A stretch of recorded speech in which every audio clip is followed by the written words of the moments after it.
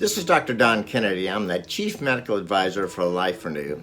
And in this video, I'm going to tell you about 7 things that can make your neuropathy worse. And if this is your first time here, be sure to click on the subscribe button below and get all my videos, including my next video where I'll discuss if it's possible to reverse nerve damage. But before I get into the most common things I've seen aggravate neuropathy in patients, it's important to understand there's a basic mechanism behind every one of your symptoms. It's the same thing. At some point, your peripheral nerves are damaged in some way. In the medical community, generally it's called neuropathy. Could have been damaged by an underlying disease, diabetes, traumatic injuries, trauma, for instance, direct trauma to, like I have, my left knee and it's numb, nutritional deficiency, maybe something else. Damage to your nerve results in this one thing: misfires. They try to communicate these nerves with your brain. These misfires are like electrical wires. They're trying to get a message to your brain, but when they're misfiring, they're firing all over the place. You get all those symptoms: numbness, tingling, burning, stabbing pains, shocks, and you know if you have neuropathy what I'm talking about. There are certain things that you do that may increase your sensitivity to almost anything and cause these symptoms to flare up and your misfires. So in this video, we're going to talk about the 7 common neuropathy aggravators I've seen in over 35 years of practice and seeing neuropathy in almost every phase that neuropathy can progress. So here you go. Neuropathy aggravator number 1. This is something that sometimes shocks a lot of patients, but the reality is that certain medications are linked to neuropathy. Common medications, things like statins that think to lower your cholesterol, chemotherapy drugs, even diabetic medications like metformin can block the vitamin B12 absorption, which is, you'll find out, a crucial vitamin for the health of your nerves, and even more. So do me a favor. Check out the description below for a link that lists 65 medications that can cause neuropathy and be related to neuropathy, and check with your doc and see if there are any nerve-friendly alternatives to what you're currently taking. But I gotta tell you, a lot of times, routinely, docs won't have an answer for that, but you need to keep trying. Nerve aggravator number 2. Certain foods can make your neuropathy worse, make the symptoms worse. The Foundation for Peripheral Neuropathy says the most common nerve-killing foods are these: glutens, refined grains, added sugars, and saturated fats. A lot of times we say those words, we don't have a clue what they mean. For those with gluten sensitivity, those are foods with white stuff in them, like wheat, baking flour, things like that. You look for baked goods. Refined grains, you know what? They're highly glycemic, which means they can send your blood sugar to the roof. It wreaks havoc on your nerves, and even though they may not be a diabetic level, it's still an elevated blood sugar. So I recommend replacing these refined grains with whole grain foods, at least to begin the process to improve your nerves. And the other thing is added sugars make your food taste good, but they make your nerves feel bad. For starters, they offer no nutritional value and essentially starve your nerves of the nutrients. They replace those nutrients that your nerves need to have to be healthy. On top of that, too much sugar makes your nerves more brittle, less pliable, more suspect to injury. You don't need that, so watch the sugars. And finally, when we talk about saturated fats, that's the United States. Saturated fats like meats, dairy products, they've been linked to inflammation, which is the base of all neuropathy. As you probably know, inflammation and neuropathy aren't a good mix. It's like throwing gas on a fire as the inflammation just pulls and stretches the nerves. You know, it causes the painful flare-ups, and that's just another food. Think of milk. For a list of foods to avoid and some nerve-friendly alternatives, check out our free ebook, The Ultimate Neuropathy Food and Diet Guide, in the description below. Neuropathy aggravator number 3. Since we're on the topic of food, an unhealthy diet can result in your body not getting enough nutrients. You probably know that.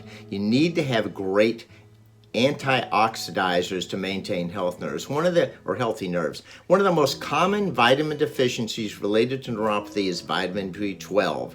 This is really, really, really an important vitamin that repairs and rebuilds that myelin sheath around every single nerve. It's what protects the nerve and is the first step in damage to the axon, which goes through the myelin sheath. It's the protective coating around your nerves. Other common deficiencies that'll aggravate your neuropathy are vitamin B12, vitamin B2, and vitamin D. You know what? Your doc can help you determine if testing is required to see whether or not there's a vitamin or nutritional deficiency. And I think that's an important test that could be part of any physical examination. But if you have very specific problems and these are just starting, you feel that numbness in your feet, make sure you take these numbers, vitamin B1, B2, D, and vitamin B12 as a question to your doc and say, hey, can you test for these? Neuropathy aggravator number 4, tight-fitting socks or shoes. And I say this because you see a lot of, especially older folks with neuropathy with edema, swelling of their legs or feet from other causes. Think about this constriction of putting tight socks or shoes around these legs. It cuts off blood flow because it pushes on that lymph. You know what? Your socks or shoes are too tight. Ill-fitting footwear cuts off not just the lymph, but cuts off the blood flow. But remember, you're supposed to be getting nutrients to your nerves, and when you start constricting those areas for any reason, you're going to have increasing symptoms, you're going to have tingling, you're going to have pain, you're going to have numbness, you're going to have a flare. So listen, I recommend you get your legs up if you have edema. Take a look at what you're putting on your feet and legs, even socks. Wear loose-fitting shoes and socks. Not so much where you'll have a rubbing of the feet or ankles, but if you just do this regularly and try not to wear too long, these shoes and socks, it'll reduce the aggravation and you'll probably see some decrease in your symptoms. Neuropathy aggravator number 5. It's a tough one because most of the patients we see aren't getting enough sleep. Because they can't sleep, their neuropathy gets worse. And because their neuropathy gets worse, they can't sleep.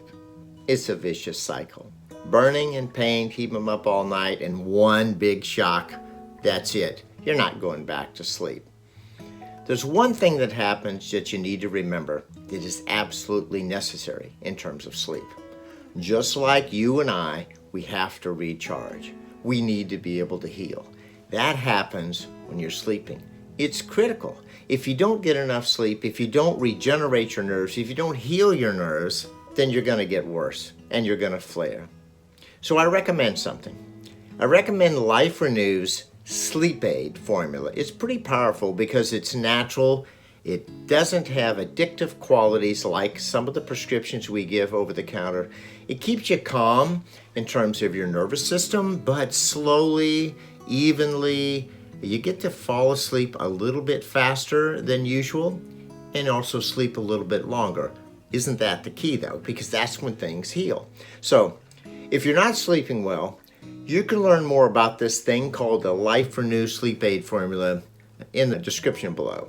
Or you know what, talk to your doc about other meds that can help you sleep. You can actually use this along with other meds. Some nights are worse than others. Neuropathy aggravator number 6. These are pretty common. 10 years ago, I made up a word that helped patients focus on what's important in their treatment and their lives. I did it because it was fun. Somebody came in and they were smoking, so I created it. It's called BAHBIT, B-A-H-B-I-T, and it stands for, you can guess, bad habit. But also, we were able to focus when talking to patients on what was important, and here's what it meant. Identifying that one action, that one thing you can begin by tomorrow morning that'll change the story of your life, that'll actually impact your health the most. I want you to meet somebody. His name is Jerry, and he's a real person, but Jerry's got a problem. Alcohol. After work every single day during his life and work actually in New York, he'd hit the local bar with a lot of his buddies. No, it's a habit. That habit led to an addiction. You know, it was chronic. Over years and years and years, Jerry consumed a lot of alcohol, but he didn't need this alcohol anymore. In retirement, no more bars. He'd moved to Florida. So we had a talk, me and Jerry, the kind that doctors and patients have. I asked him, what's the one thing you could change that give more time to your family, those important things, and help you live longer, help you maybe catch more fish? He was a fisherman. You know what? Everybody knows the answer when I talk to them about these things. But you know what? Facing it wasn't easy. He liked his drinks that sometimes began in the morning. So he understands that alcohol was his Babbitt. That's kind of what he lived for at that point in his life, especially in retirement. So he knew he had to make a change. So he joined AA, Alcoholics Anonymous, changed his diet, started supplements, and the nerve tingling he had begun, which he came to me for in the first place, went away, 100%. So I'm going to ask you something. Think back, look at your life, look at what you're doing every single morning when you wake up, your days, your rituals, and ask yourself, hey, what's my Babbitt? What's my bad habit? What's the one thing I can change tomorrow morning? The one simple little things that'll make all the difference in the world. You know what? It might be too many drinks. It might be the late night snacks, and you know what those are? Probably one of the worst is smoking.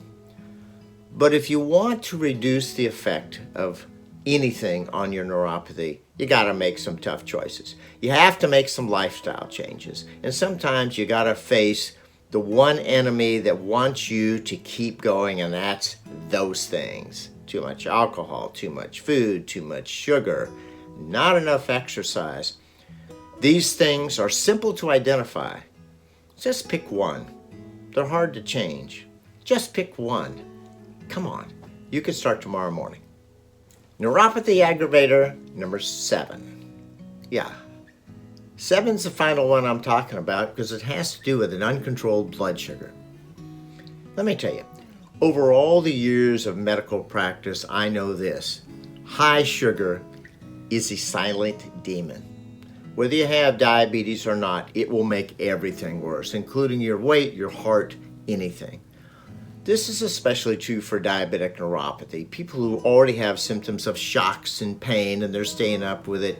If you don't keep your blood sugar down, if you don't keep it in check, if you don't know what it is, then it's damaging your nerves, it's killing your nerves. Your symptoms are going to gradually get worse over years and years. I would say that this is one of the greatest symptoms that flare when your sugar gets high.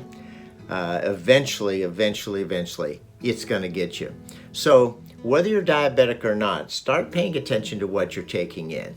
Let me tell you, highest sugar intake, like colas, not diet colas, what you put on cereal, a little bit of sugar in your coffee every day, everything matters. It should be exactly the opposite. Healthy things, green things you eat, yellow things like carrots you're eating. Yeah, you may not think it sounds good now, but after a while, you'll find out it really, really matters. And when you get this under control, most importantly, your symptoms are going to get better. And I've got one last bonus I'm going to add, and this is it. You've probably been told that there's nothing you can do about your nerve damage. That's not true. Now, I'll tell you what, we used to think that.